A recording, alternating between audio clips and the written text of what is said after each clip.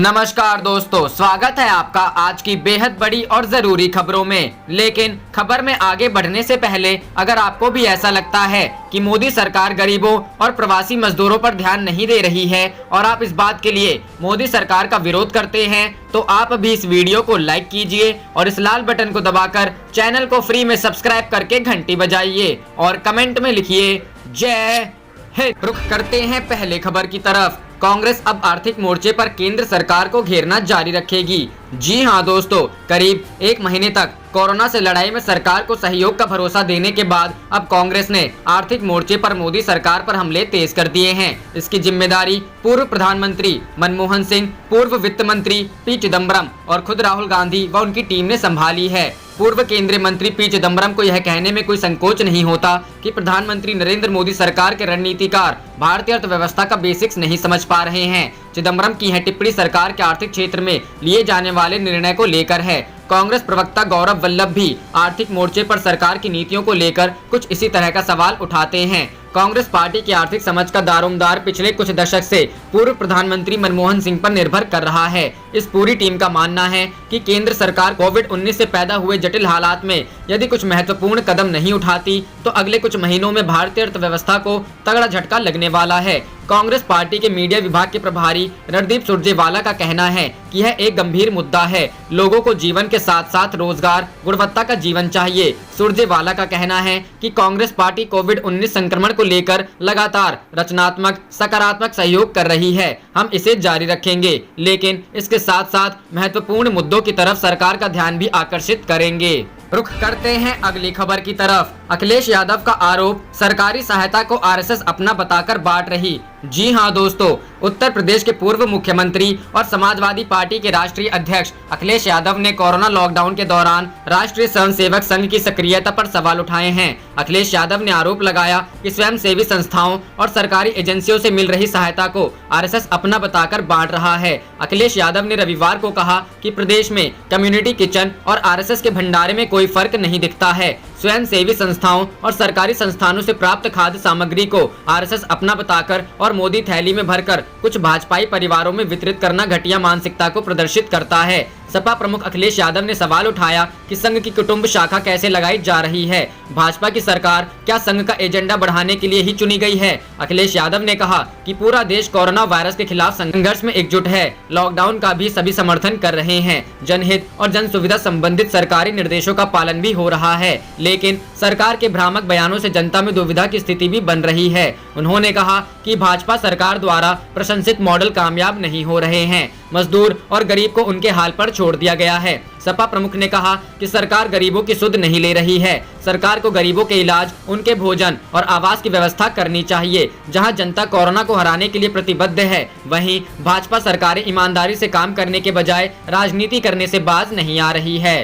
रुख करते हैं अगली खबर की तरफ। हिंदू का प्लाज्मा मुस्लिम और मुस्लिम का प्लाज्मा हिंदू की जान बचा सकता है, केजरीवाल। जी हां दोस्तों, दिल्ली के मुख्यमंत्री अरविंद केजरीवाल ने कोरोना वायरस के खिलाफ मिलजुल कर लड़ने की अपील की है। उन्होंने कहा कि कोरोना के खिलाफ लड़ाई में किसी तरह की बाधा ना आने दें। उन्होंने कहा कि हम लोगों ने आपस में दीवारें क्यों पैदा की है। हिंदू का प्लाज्मा मुस्लिम और मुस्लिम का प्लाज्मा हिंदू की जान बचा सकता है। मुख्यमंत्री केजरीवाल ने कहा, लोगों के मन में जज्बा है कि कैसे दूसरे की जान बचा सकते हैं। कल को हो सकता है कि मुसलमान का प्लाज्मा हिंदू के काम आए और हिंदू का प्लाज्मा मुसलमान के काम आ जाए। भगवान ने तो फर्क नहीं किया। हम लोगों ने आपस में दीवारें क्यों पैदा की हैं? हमें ये सबक लेना चाहिए कि अगर आपके मन में किसी दूसरे धर्म के व्यक्ति के प्रति दुर्भावना आए तो सोच लीजिएगा कि हो सकता है कि उसका प्लाज्मा कल को आपके काम आए और आपकी जिंदगी बचाए। सीएम अरविंद केजरीवाल ने रविवार को डिजिटल प्रेस कॉन्फ्रेंस में कहा, 3 मई तक प्रधानमंत्री ने पूरे देश में लॉकडाउन का ऐलान किया है। 3 मई के बाद केंद्र सरकार के साथ बातचीत के बाद आगे का रास्ता तय करेंगे।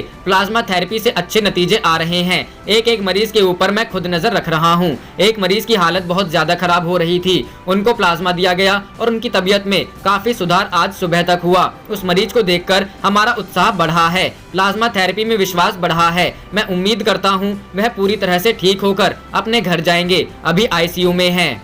रुख करते हैं अगली खबर की तरफ। कोरोना संकट को लेकर प्रियंका का योगी सरकार पर हमला, अगर सही प्रबंध नहीं हुआ तो हालात बेकाबू हो जाएंगे। जी हां दोस्तों, कांग्रेस महासचिव प्रियंका गांधी ने आगरा में कोरोना मरीजों की संख्या तेजी से बढ़ने पर चिंता व्यक्त करते हुए कहा कि अगर सही प्रबंध नहीं हुआ तो हालात बेकाबू हो जाएंगे। उन्होंने सोशल मीडिया के माध्यम से ट्वीट कर कहा कि योगी सरकार को चाहिए कि मेयर की बातों को सकारात्मक भाव से ले और आगरा की चिंता को महामारी से बचाने का महत्वपूर्ण प्रयास करें। प्रियंका ने रविवार को आगरा के मेयर नवीन जैन के लिखे पत्र को ट्विटर पर अपलोड कर कहा, आगरा शहर में हालात खराब हैं और रोज नए मरीज निकल रहे हैं। आगरा के मेयर का कहना है कि अगर सही प्रबंध नहीं हुआ तो मामला हाथ से निकल जाएगा।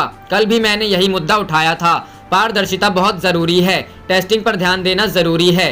कोरोना को रोकना है तो फोकस सही जानकारी और सही उपचार पर होना चाहिए। उन्होंने आगे लिखा, सरकार द्वारा आगरा मेयर की बातों को सकारात्मक भाव से लेना और तुरंत पूरी तरह से आगरा की जनता को महामारी से बचाने का प्रयास करना महत्वपूर्ण है। गौरतलब है कि आगरा के महापौर नवीन जैन ने 21 अप्रैल को राज्य के मुख्यमंत्री को पत्र लिखकर कहा था कि अगर तुरंत समुचित उपाय नहीं किया गया तो आगरा भारत का वुहान बन सकता है। उन्होंने कहा, स्थानीय प्रशासन नाकारा साबित हुआ है। हॉटस्पॉट एरिया में बनाए गए क्वारंटीन सेंटरों में कई दिनों तक जांच नहीं हो पा रही है, ना ही मरीजों के लिए भोजन पानी का उचित प्रबंधन हो पा रहा है। स्थिति विस्फोटक है। मेरे आगरा को बचा लीजिए प्लीज। रुख करते हैं अगली खबर की तरफ। महंगाई भत्ता फ्रीज किए जाने का बिजली कर्मियों ने किया विरोध, कहा तत्काल वापस ले आदेश। जी हां दोस्तों, विद्युत कर्मचारी संयुक्त संघर्ष समिति ने 18 माह का महंगाई भत्ता फ्रीज किए जाने और अन्य भत्तों को रोकने का विरोध किया है।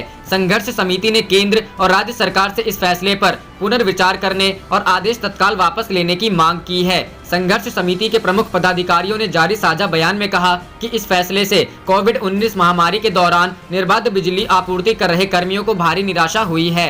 बता दें कि कोविड-19 महामारी का साइड इफेक्ट नजर आना शुरू हो गया है। राज्य सरकार ने केंद्र सरकार की तर्ज पर अगले 1.5 साल के लिए राज्य कर्मचारियों और पेंशनरों का महंगाई भत्ता व महंगाई राहत न बढ़ाने का फैसला किया है। इसके अलावा 6 अन्य भत्तों का भी भुगतान इसी अप्रैल से मार्च 2021 तक स्थगित कर दिया है। इससे सरकार के खजाने से करीब 10,000 करोड़ रुपए की बचत होगी। फैसले से प्रदेश के करीब 16 लाख कर्मियों और 11.82 लाख पेंशनरों को झटका लगेगा। प्रदेश के राजस्व में कमी आने का दिया तर्क अपर मुख्य सचिव वित्त संजीव मित्तल ने बताया कि लॉकडाउन के चलते प्रदेश सरकार के राजस्व में कमी आई है। कोविड-19 से निपटने के लिए वित्तीय संसाधनों की पर्याप्त उपलब्धता सुनिश्चित करने के लिए डीए, डीआर न बढ़ाने और 6 भत्ते स्थगित करने का फैसला लिया गया है। उन्होंने बताया कि जिन 6 भत्तों का भुगतान स्थगित किया गया है, केंद्र अपने कर्मियों को इसका भुगतान नहीं करती है। रुख करते हैं अगली खबर की तरफ। केंद्र के दुकानें खोले जाने के आदेश के बाद पैदा हुई संशय की स्थिति, दिन भर खुलती बंद होती रही दुकानें। जी हां दोस्तों, कोरोना संकट के चलते इसके संक्रमण के प्रसार को रोकने के लिए जारी लॉकडाउन के दौरान दुकानें खोले जाने के केंद्र सरकार के आदेश को लेकर राजस्थान के दुकानदारों में शनिवार को असमंजस की स्थिति बनी रही। कुछ इलाकों में दुकानें खुली और बाद में बंद हो गईं। दुकानदार दिन भर अधिकारियों और अपने अपने संगठनों के पदाधिकारियों से इस आदेश के संबंध में जानकारी लेते रहे। केंद्रीय गृह मंत्रालय ने शुक्रवार देर रात जारी एक आदेश में शनिवार से सभी राज्यों और केंद्र शासित प्रदेशों में पंजीकृत दुकानों को कुछ शर्तों के साथ खोलने की अनुमति दे दी है।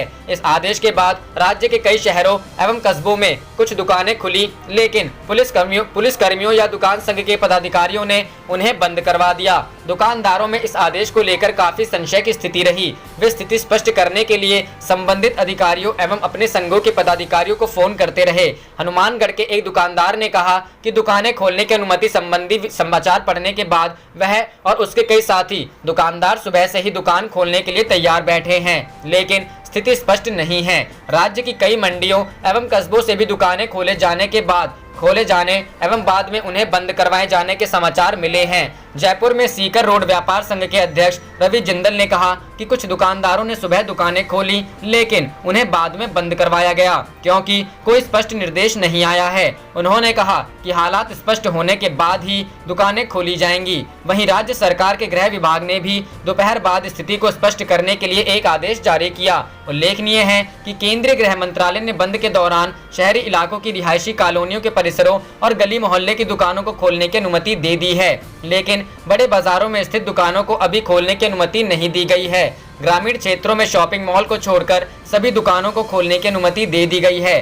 गृह मंत्रालय ने शनिवार को जारी बयान में कहा कि इस आदेश के तहत ग्रामीण इलाकों में शॉपिंग मॉल को छोड़कर सभी दुकानों को खोलने की अनुमति होगी। शहरी इलाकों में पास पड़ोस और गली मोहल्ले और रिहायशी परिसरों की दुकानें खोलने की अनुमति दी गई है। बाजारों में स्थित दुकानों और बाजार परिसरों को खोलने की अनुमति नहीं दी गई है। बयान में कहा गया है कि ई कॉमर्स कंपनियां सिर्फ आवश्यक वस्तुओं की बिक्री कर सकेंगी। रुख करते हैं अगली खबर की तरफ। दिल्ली को लॉकडाउन खुलने का करना होगा लंबा इंतजार, सीएम केजरीवाल ने दिया बड़ा बयान। जाने क्या बोले। जी हां दोस्तों, कोरोना वायरस का तेजी से फैलता संक्रमण दिल्ली के लिए जी का जंजाल बनता जा रहा है। संक्रमित मरीजों की रोज बढ़ रही संख्या से स्वास्थ्य विभाग व प्रशासन हलकान है। ऐसे में स्वाभाविक है कि दिल्ली सरकार लॉकडाउन में छूट देने के बारे में सोचेगी भी नहीं। दिल्ली के मुख्यमंत्री अरविंद केजरीवाल ने आज रविवार को कहा कि दिल्ली में कोई मार्केट या शॉपिंग मॉल नहीं खुलेंगे। रिहायशी इलाके की इक्का दुक्का दुकानें खुलेंगी, लेकिन कंटेनमेंट जोन में कोई दुकान नहीं खुलेगी। केजरीवाल ने कहा कि बीते सप्ताह के आंकड़ों को देखते हुए कहा जा सकता है कि दिल्ली के हालात में सुधर रहे हैं। इस सप्ताह के पहले आए आंकड़े ने दिल्ली वासियों को निराश किया था। उन्होंने कहा कि अब हालात सुधर रहे हैं, संक्रमण के नए मामलों की संख्या घट रही है, इस जानलेवा बीमारी से मरने वालों का आंकड़ा भी कम हुआ है। साथ ही कई संक्रमित लोग इलाज के बाद स्वस्थ होकर अपने अपने घर जा चुके हैं। रुख करते हैं अगली खबर की तरफ। आगरा में कोरोना विस्फोट, प्रियंका गांधी ने योगी सरकार को कहा पारदर्शिता बहुत जरूरी है। जी हां दोस्तों, उत्तर प्रदेश के आगरा शहर में कोरोना वायरस महामारी के मरीजों की लगातार बढ़ती संख्या को लेकर कांग्रेस महासचिव प्रियंका गांधी वाड्रा ने सूबे की योगी सरकार को कहा कि कोरोना को फैलने से रोकने के लिए पूरा ध्यान सही सूचना और उचित उपचार पर केंद्रित होना चाहिए। प्रियंका गांधी ने ट्वीट कर लिखा, आगरा शहर में हालात खराब हैं और हर रोज नए मरीज निकल रहे हैं। आगरा के मेयर का कहना है कि अगर सही प्रबंध नहीं हुआ तो मामला हाथ से निकल जाएगा। पार्टी महासचिव का यह बयान आगरा के महापौर नवीन जैन द्वारा उत्तर प्रदेश के मुख्यमंत्री योगी आदित्यनाथ को लिखे गए पत्र के संदर्भ में है। जैन ने आदित्यनाथ से आगरा को बचाने की गुहार लगाई है। कांग्रेस महासचिव ने आगे कहा, कल भी मैंने यही मुद्दा उठाया था। पारदर्शिता बहुत जरूरी है, टेस्टिंग पर ध्यान देना जरूरी है। कोरोना को रोकना है तो फोकस सही जानकारी और सही उपचार पर होना चाहिए। उत्तर प्रदेश सरकार को आगरा के महापौर की बातों को सही तरीके से लेना चाहिए और लोगों को इस वैश्विक महामारी से बचाने की तत्काल कोशिश करनी चाहिए। रुख करते हैं अगली खबर की तरफ। केजरीवाल का ऐलान, दिल्ली में खोली जाएंगी दुकानें लेकिन कोई मार्केट या मॉल नहीं। जी हां दोस्तों, दिल्ली के मुख्यमंत्री अरविंद केजरीवाल ने कहा है कि राष्ट्रीय राजधानी में भी दुकानें खोली जाएंगी, हालांकि इस दौरान मार्केट या मॉल नहीं खोले जाएंगे। उन्होंने कहा कि 3 मई तक लॉकडाउन में कोई ढील नहीं दी जाएगी। सीएम ने लोगों से प्लाज्मा डोनेट करने की भी अपील की। दिल्ली के मुख्यमंत्री अरविंद केजरीवाल ने रविवार को डिजिटल प्रेस कॉन्फ्रेंस में कहा कि परसों रात को केंद्र सरकार ने कुछ दुकानों को खोलने का फैसला किया है। हम केंद्र सरकार के उस आदेश को भी दिल्ली में भी लागू कर रहे हैं जो जरूरी सेवाओं की दुकानें थी, मसलन दवाई की दुकान, किराने की दुकान, फल सब्जी की दुकान वगैरह, वो ऐसी ही चलती रहेंगी। बता दें कि केंद्रीय गृह मंत्रालय के आदेश के मुताबिक लॉकडाउन के दौरान सिर्फ उन दुकानों को खोलने की इजाजत है जहां सामान मिलते हैं। सेवा मुहैया कराने वाली दुकानें मसलन सैलून, पार्लर और शराब की दुकानें बंद रहेंगी। शॉपिंग कॉम्प्लेक्स और मॉल, ब्रांड और मल्टी ब्रांड की दुकानें भी नहीं खुलेंगी। जो दुकानें खुलेंगी उनके मास्क के साथ सोशल डिस्टेंसिंग का पालन करते हुए काम करना होगा। सीएम ने कहा कि लेकिन इसके अलावा कोई मार्केट तो नहीं खुलेगा, मॉल नहीं खुलेगा। सिर्फ रिहायशी इलाकों में जो दुकानें हैं, स्टैंड अलोन जो दुकानें हैं, गली मोहल्ले की जो दुकानें हैं, उनको खोलने की इजाजत केंद्र सरकार ने दी है। उन्होंने कहा कि कोई मार्केट नहीं खुलेगा, कोई मार्केट कॉम्प्लेक्स नहीं खुलेगा, कोई शॉपिंग कॉम्प्लेक्स या मॉल नहीं खुलेगा, कंटेनमेंट एरिया में कुछ नहीं खुलेगा, वहां लॉकडाउन सख्ती से लागू रहेगा। 3 मई तक हम कुछ और खोलने की इजाजत नहीं देंगे।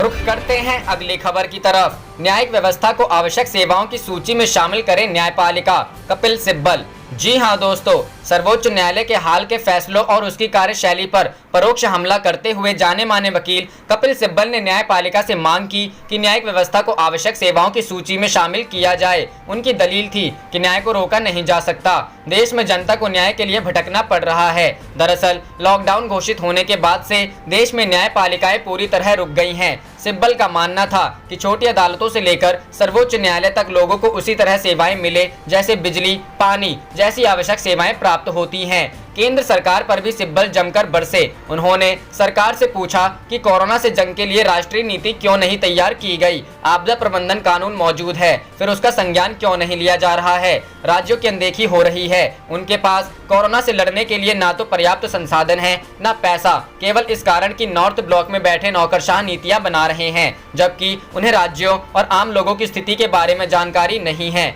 वहीं सरकार ने आपदा प्रबंधन कानून 2005 पर चुप्पी साध ली है। राज्यों को कोरोना से जंग के लिए केंद्र फरमान तो जारी कर रहा है, लेकिन सुविधाओं के नाम पर ठेंगा दिखाया जा रहा है। प्रधानमंत्री ने कोरोना के नाम पर अलग कोष बना दिया और लोगों से चंदा दान देने की अपील जारी कर दी। जो पैसा एनडीआरएफ फंड में जाना चाहिए ताकि सीएजी उसका लेखा परीक्षण ना कर सके। सिब्बल ने सरकार से आग्रह किया कि वह संविधान के तहत काम करे, उसे तोड़े मरोड़े नहीं।